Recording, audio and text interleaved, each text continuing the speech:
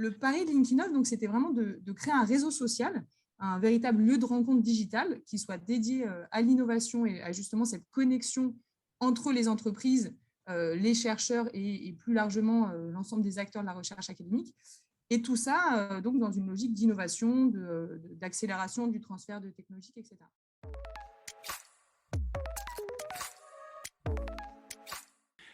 Bonjour à toutes et à tous. Donc, je suis très heureux de vous accueillir pour ce nouvel épisode des Experts Marketplace.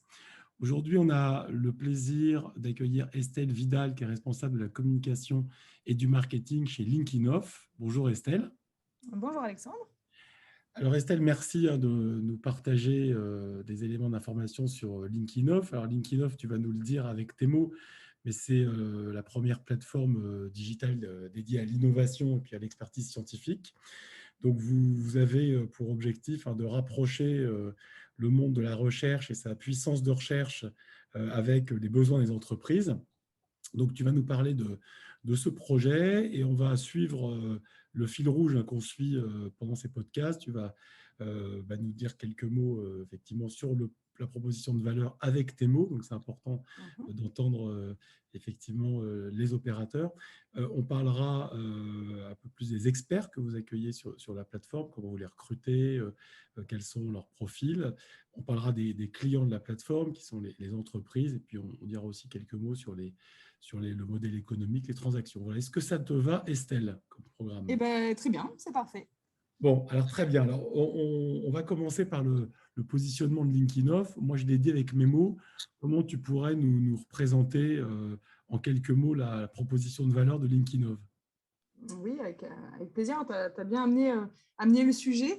Ce qu'on peut dire de Linkinoff, c'est que c'est un projet qui a vu le jour il y a presque 3 ans maintenant à l'initiative de Suad Topsu, qui est professeur à l'université de Paris-Saclay et également entrepreneur.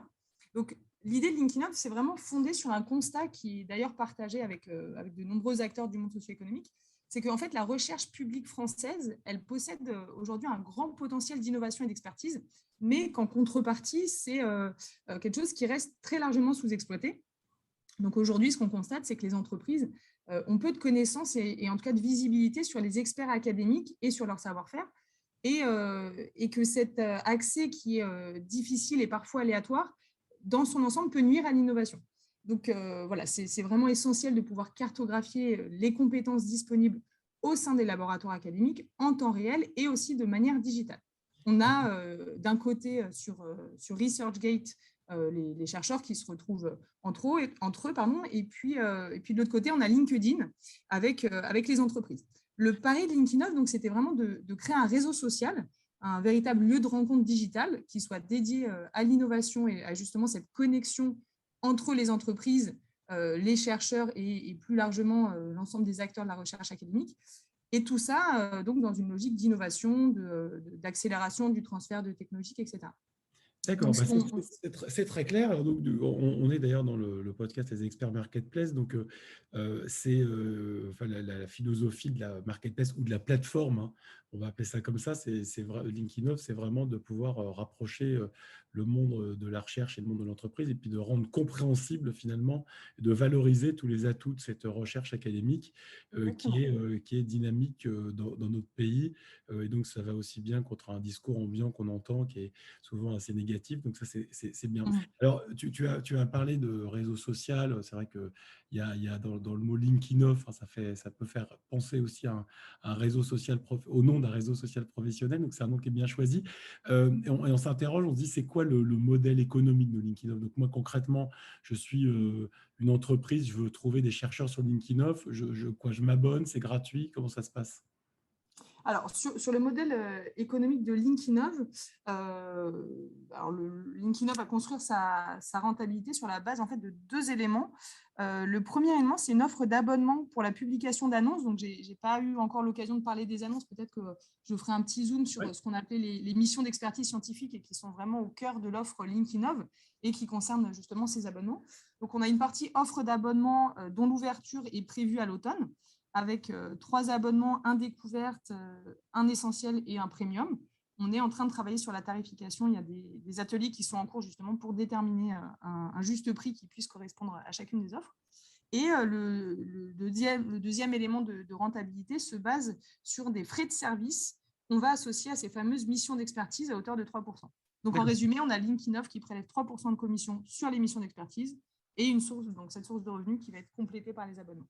D'accord, donc c'est intéressant. Donc, c'est des modèles voilà, hybrides hein, de génération de revenus.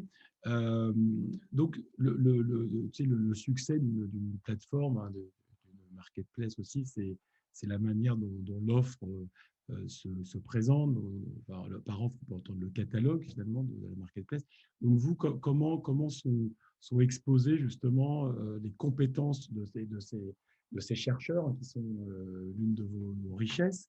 Et j'imagine qu'aussi ces compétences, elles sont vivantes. Donc, comment vous construisez votre catalogue, vous le faites vivre?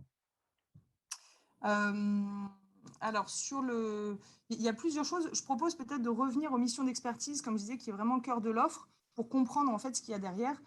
Donc, dans les grandes lignes, une mission d'expertise, c'est une prestation intellectuelle qui va être effectuée par un chercheur ou un enseignant-chercheur pour le compte d'une entreprise. C'est une mission qui va répondre à un besoin précis et ponctuel exprimé par une entreprise. Et donc, le chercheur va appliquer son savoir-faire pour aider l'entreprise. Et la grande force de Linkinov, c'est d'avoir été en capacité de révéler un nouveau modèle pour cette fameuse expertise scientifique qui aujourd'hui est très, très compliquée et encadrée d'un point de vue juridique. Voilà, ça laisse souvent le chercheur livrer à lui-même et exposer sous différents aspects. Donc, ça peut être tout ce qui est protection de propriété intellectuelle, la confidentialité, les questions d'assurance, tout ce qui est rémunération aussi. Et donc, Linkinov a permis d'absorber cette complexité et d'avoir un verrou vraiment de protection à la fois pour les chercheurs et les entreprises. Donc, d'absorber cette complexité pour rendre ça le plus simple possible. Ok, donc vous allez effectivement craquer grâce à Linkinov, grâce à la facilité d'expérience utilisateur, etc., un certain nombre de blocages d'ordre administratif, juridique, etc. Donc Oui. vous êtes en cela vraiment un partenaire des chercheurs. Alors on se dit, bah, ça c'est une super idée, alors il faut bien l'exécuter, on en parlera un peu par la suite. Mais du coup, aujourd'hui, qui sont les concurrents de Linkinov? Vous avez un boulevard là? Est-ce qu'il y a des concurrents identifiés? Alors, les concurrents, plutôt indirects, ce qui est important de préciser, c'est que c'est un projet qui est soutenu et qui est financé par l'État. Donc, on a comme financeur notamment le MESRI. Comment? Oui, oui, d'accord. Donc ça d'ailleurs, c'est un élément, c'est aussi un élément du modèle économique, puisque vous avez des financements publics, quoi. Voilà. Exactement. En fait, ça nous permet de bénéficier d'une légitimité d'une part et aussi d'avoir plus de facilité à représenter les communautés académiques. Donc, on a le MESRI, l'ANR, le ministère des Finances et BPI France. Voilà, on est assez atypique en fait dans le paysage puisqu'on s'attaque justement à cette question d'expertise scientifique à laquelle personne pour le moment s'est attaqué. Donc, on n'a pas de concurrent direct. Par contre, on a identifié dans l'écosystème des acteurs privés qui vont avoir une activité similaire, mais qui va rester partielle par rapport à une offre globale. Et dans le secteur public, il y a certains acteurs qui ont parfois une présence historique sur le marché, avec lesquels on va interagir au maximum. Donc, l'idée, c'est toujours sur un des pans de notre offre. Et l'idée, c'est de faire force commune en trouvant des articulations, des branchements pertinents qui puissent être mutuellement profitables. Donc, on a des partenariats notamment avec l'ABG, qui est l'association Bernard Grégory, avec beaucoup d'interactions avec le CNRS, avec les universités, avec BPI France, avec beaucoup d'acteurs au sein de l'écosystème de l'innovation. D'accord, donc tu as prononcé un mot important, c'est l'écosystème. C'est que une marketplace aussi, pour qu'elle fonctionne, il faut qu'elle puisse justement interagir avec les différents acteurs de l'écosystème et puis créer de la valeur ou co-créer de la valeur. Je sais que Estelle, tu n'es pas technique, ce n'est pas ton cœur de compétence, mais juste nous dire, parce que ça intéresse toujours les auditeurs, si c'est la plateforme là, que vous avez construite, c'est quelque chose, c'est une solution maison? Est-ce que vous avez choisi des briques extérieures? Alors, j'ai quelques anti-sèches sur les technologies justement qui sont utilisées pour le développement de cette plateforme. Donc, on a travaillé avec plusieurs agences et depuis, on a repris la main sur les développements. Et depuis l'internalisation de code source, tout est fait maison.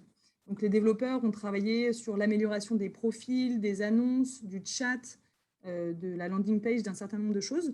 Au niveau des technologies, on travaille avec Java, Spring Boot, React.js, React Native et Node.js, actuellement. Et plus tard, il est prévu d'intégrer des outils qui font appel à Elasticsearch pour la suggestion des profils, YouSign pour la signature électronique et Stripe pour tout ce qui concerne les abonnements aux offres D'accord. LinkedIn. Et le paiement, d'accord. Eh bien, Exactement. écoute, ça c'est intéressant. Je pense on a bien positionné la proposition de valeur de LinkedIn. Je propose qu'on s'intéresse maintenant un tout petit peu plus à ces chercheurs. Hein. Donc, dans une logique marketplace, ce serait ce qu'on appellerait les vendeurs, ceux qui viennent proposer leurs services sur la plateforme. Est-ce que vous avez effectivement j'ai une vision un peu de qui est le chercheur? Est-ce qu'il y a un chercheur type qui vient déposer son profil sur la plateforme? Est-ce que tu peux nous donner quelques informations là-dessus? Alors, le profil du chercheur, déjà, ce serait tout domaine scientifique confondu. Par contre, on va s'adresser aux chercheurs académiques, c'est-à-dire les experts qui vont travailler au sein des établissements de recherche, des universités publiques. Non. Donc, ça va du doctorant, post-doctorant, tous les ingénieurs de recherche, les maîtres de conférences, etc. Donc, un panel très large.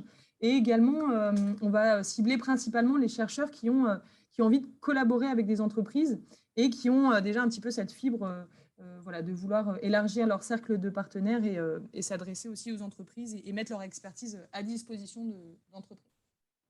Oui, alors ça, c'est d'accord, c'est intéressant. Et justement, qu'est-ce qui les incite à venir sur LinkedIn? Les arguments qu'on avance pour les chercheurs, c'est tout ce qui concerne la visibilité de leurs recherches, de leur profil, la visibilité également de leur laboratoire. Comme je disais, le fait de pouvoir collaborer avec des entreprises innovantes, la diversification aussi de leur parcours professionnel, puisqu'on a des fonctionnalités qui s'adressent à cette partie emploi hors des missions d'expertise. Et puis, on a aussi axé le propos sur le complément du revenu personnel qui va permettre aux chercheurs, en plus de son activité, de pouvoir percevoir un revenu complémentaire dans le cadre des missions d'expertise. D'accord, donc ça donne effectivement des bonnes raisons pour les chercheurs de venir sur la plateforme. Alors, il y a un sujet que tu as souligné, c'est le fait qu'on est dans un environnement où il y a de la complexité administrative, etc., et juridique, et que vous êtes justement, vous proposez de craquer, entre guillemets.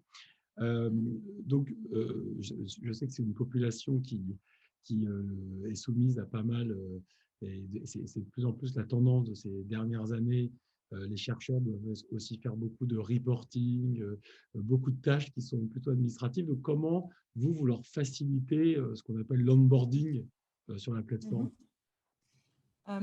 Juste avant, un élément qui me revient sur les arguments qu'on avance aussi, c'est le fait que les chercheurs peuvent devenir consultants scientifiques auprès des entreprises, mais de le faire en conformité avec leur statut. Donc, sans avoir à devenir auto-entrepreneur et en échappant un peu à toutes ces démarches administratives qui peuvent D'accord, être d'accord. assez Donc, lourdes. ça, alors, on est vraiment dans le sujet, dans la question que je te posais. Donc, ça, c'est un élément, effectivement, Un des éléments de qui facilitation.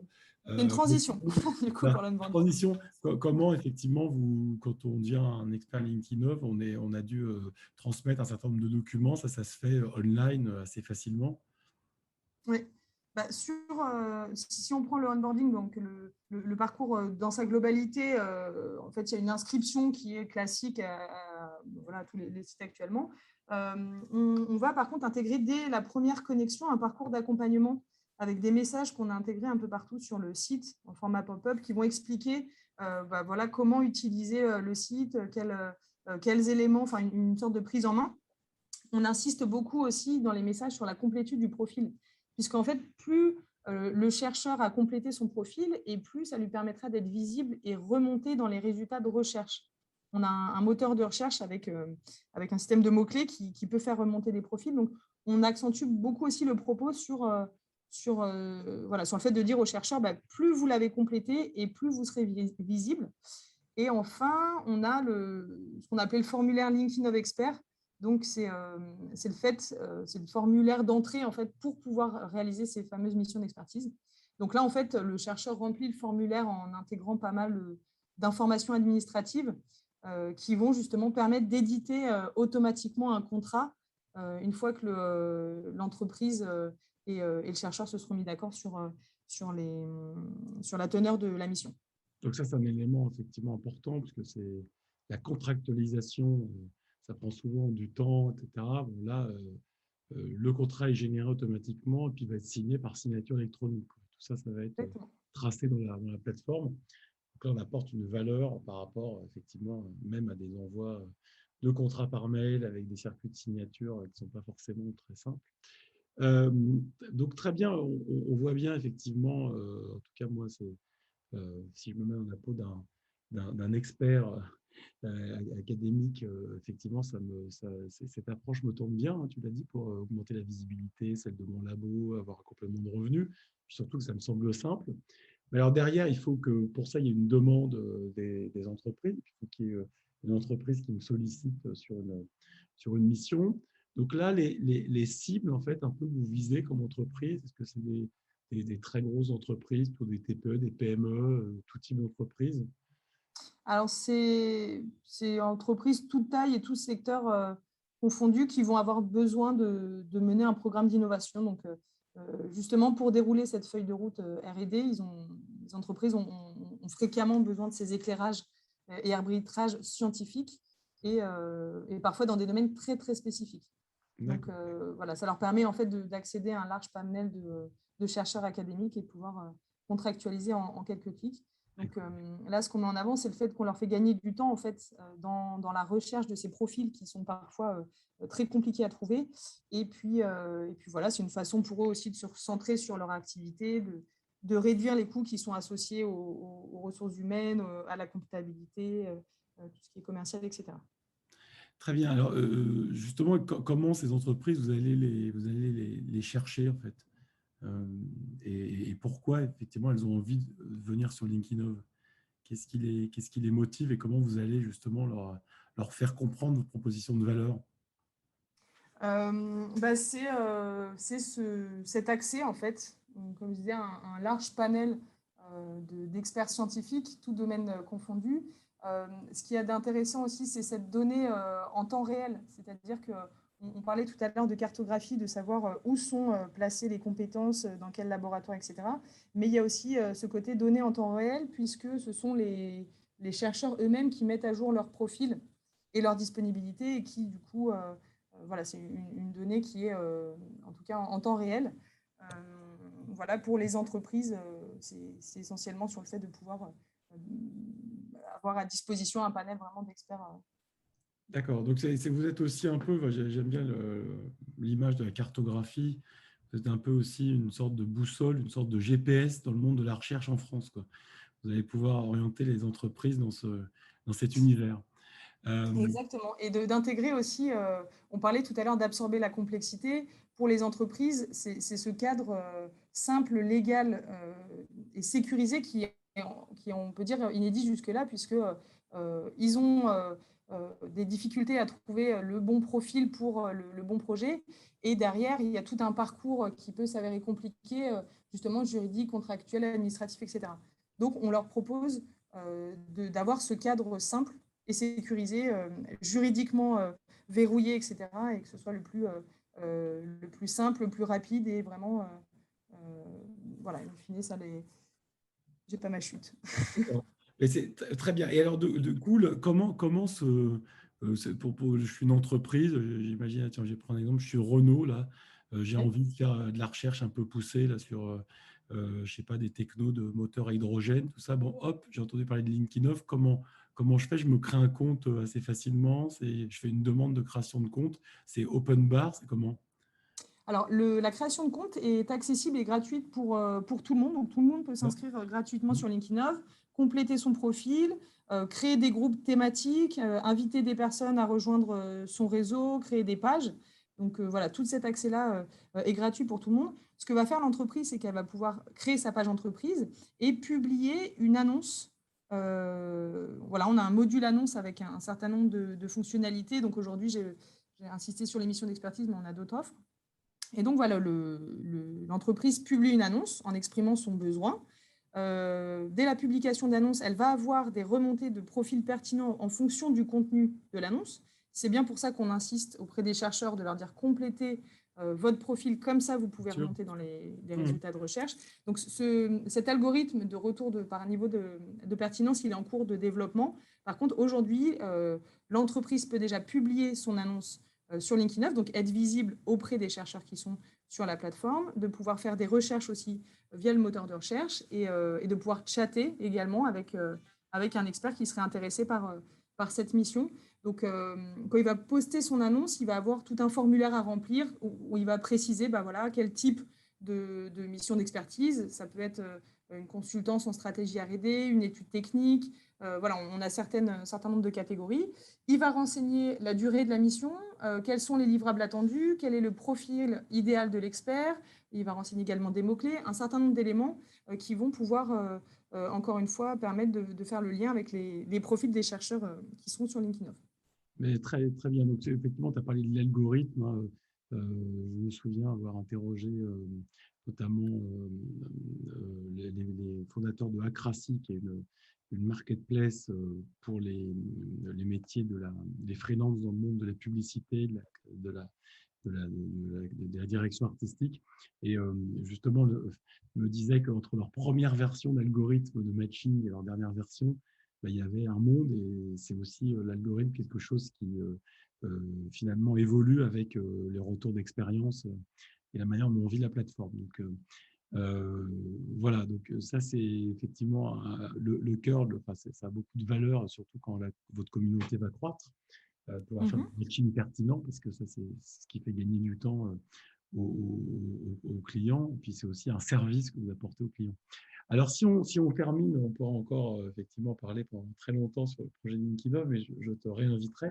Si on finissait un peu sur des sujets de transactions, puis la manière dont aux grands enjeux là, pour les mois qui viennent, tu as dit que tu pouvais, en fait, on pouvait payer pour s'abonner hein, via la plateforme et via Strike Connect, là, qui est un PSP.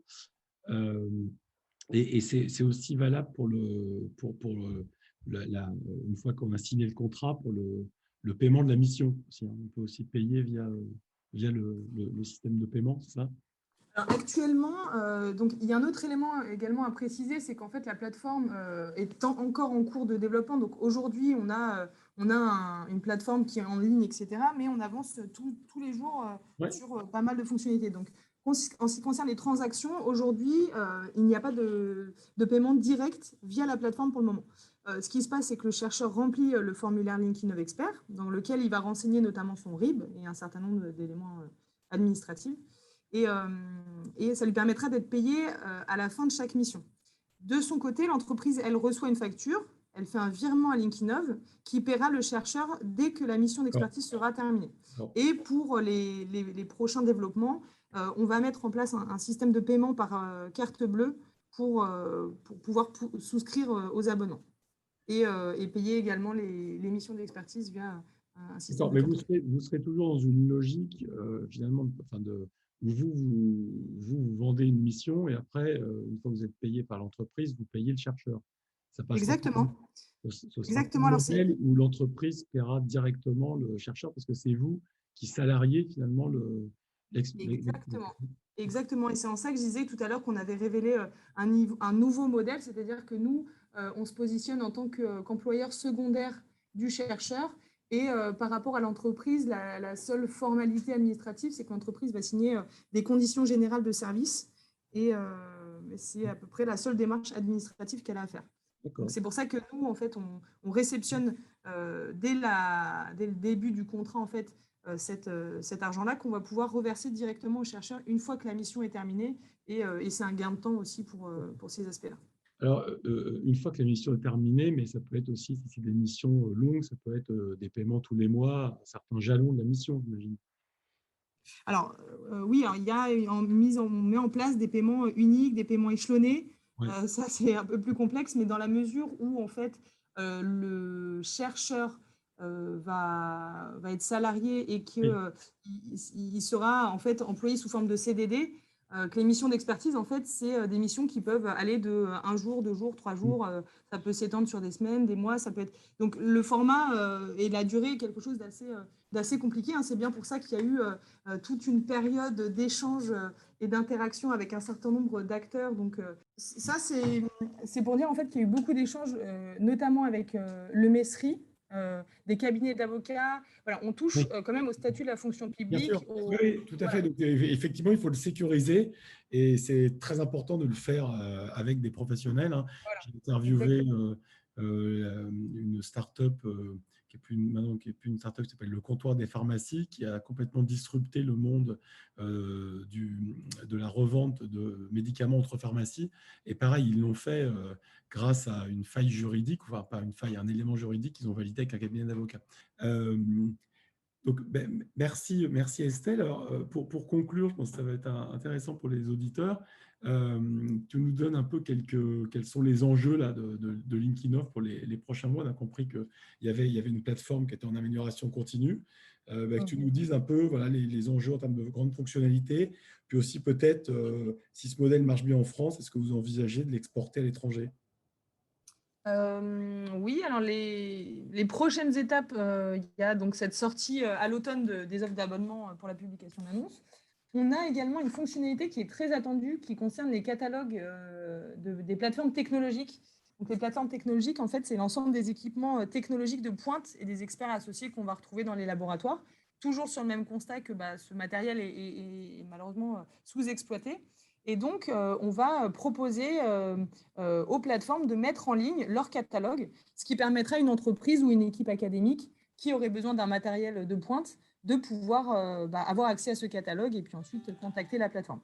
Voilà. Sinon, effectivement, alors on n'a pas qu'une vocation nationale, on a aussi une vocation européenne et plus tard mondiale. Donc la marketplace de contractualisation va ouvrir ses portes au marché européen à partir de 2023. Voilà, peut-être même avant d'ailleurs si on confirme plus rapidement la compatibilité du modèle. Voilà dans les grandes lignes avec beaucoup d'autres fonctionnalités qui sont en cours de préparation, mais voilà, on ne s'ennuie pas en tout cas. Eh ben, écoute, merci Estelle d'avoir partagé ton enthousiasme et puis de nous avoir parlé de Linkinov qui vient permettre aux entreprises, qu'elles soient grosses entreprises, PME, etc., d'avoir accès à de la R&D on demand. Vous retrouverez ce podcast sur l'ensemble des plateformes Apple Podcast, Deezer, SoundCloud, Spotify, et aussi avec un résumé du podcast écrit sur la page marjorie.co. Merci de votre attention et à très bientôt pour un nouvel épisode des Experts Marketplace. Merci Estelle. Merci à vous.